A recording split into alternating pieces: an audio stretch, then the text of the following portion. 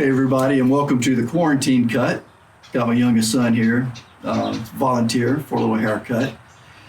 Anyway, you may be thinking, well, aren't salons open in Georgia? And yes, they are. The lines are kind of long, but out of an abundance of caution, I'm just going to do his hair here. And I think I'll do a pretty good job. But one thing that I want to talk about too is the markets and what's going on. We've had a huge recovery since the bottom of the market.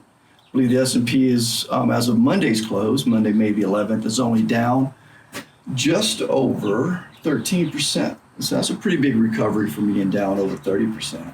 And I have a lot of people asking me, hey, is this a short bear market? Have we seen the worst in the market? And no, I really don't know. Kind of hope that we have. It would be nice if we have. The market peaked February 19th and it would have bottomed March the 18th. It'd be a 1 month bear market. That'd be a shortest bear market in the S&P 500 in its history. So it'd be very nice if that were to happen. But as I talk to clients and small business owners, I think there's a disconnect between the S&P 500, what's happening in the large cap market, and what's happening in everyday businesses or the average American's life. And if you look at unemployment insurance, we've quickly spiked up.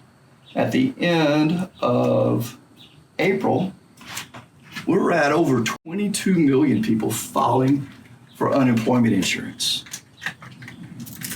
The last time that peaked at the end of the financial crisis, or towards the end of the financial crisis, it was at just over 6.6 million. They kind of put that number into a relative perspective. So, considering that, and the losses of the S&P 500 are still very contained right now at about 13.5%. So Monday's close, there seems to be a pretty good disconnect. And I think that becomes evident as we start looking at the smaller markets, such as the S&P Small Cap 600. As of Monday, they were still down over 25%. And I believe a better proxy for the small business owner or your average employee is probably the micro cap index. It's still down over 34% since the recovery. So the Fed action has been great. It's brought liquidity to the markets. It's supported the market level, at least for the large cap, but for your everyday American, it feels a lot different. Yes, we hope that things are recovering and things are getting better. But we really don't know. We do know that our GDP has been severely hurt, estimating down 10% quarter over quarter. But everything else beyond that is a lot of unknown, a lot of wishful thinking, and a lot of hopefulness. So we are still expecting volatility, and we're still prepared for volatility. And we want to protect your portfolios as appropriate to your goals.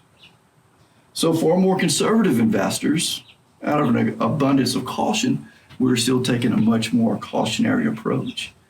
Much like I'm doing here with my youngest, out of an abundance of caution, I'm cutting his hair at home. I think this is the second round of haircuts that we've had at home, except for me, I guess you could tell. As long as my hair has been since the 90s, and I need a pretty good shave too, but all that's yet to come. But thank you for taking a few minutes to listen and wish us the best, because do I know how to cut hair? Not really. But do I know how to manage money? I hope so. All right, everybody. This is the end of the cut. So how did I do? All right. I did okay enough that I get to do round two. So my other son, my oldest son, he's volunteered for his haircut as well. We'll see how this one goes.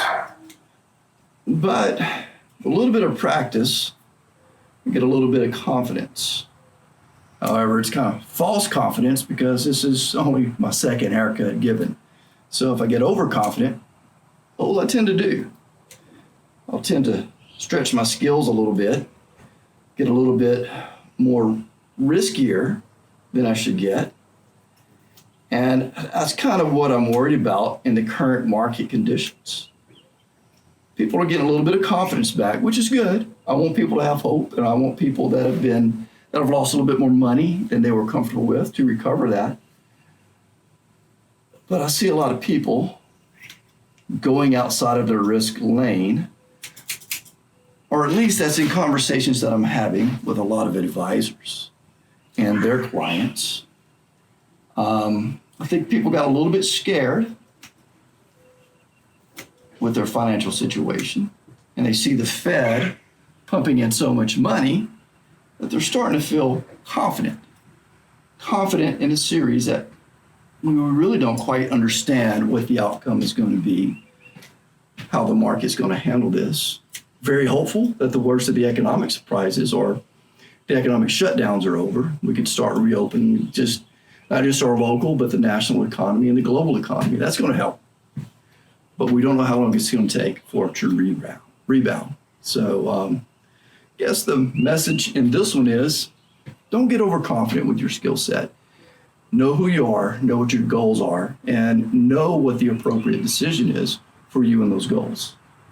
For right now, even though I'm probably a little bit overconfident, our decision with our children is an overabundance of caution.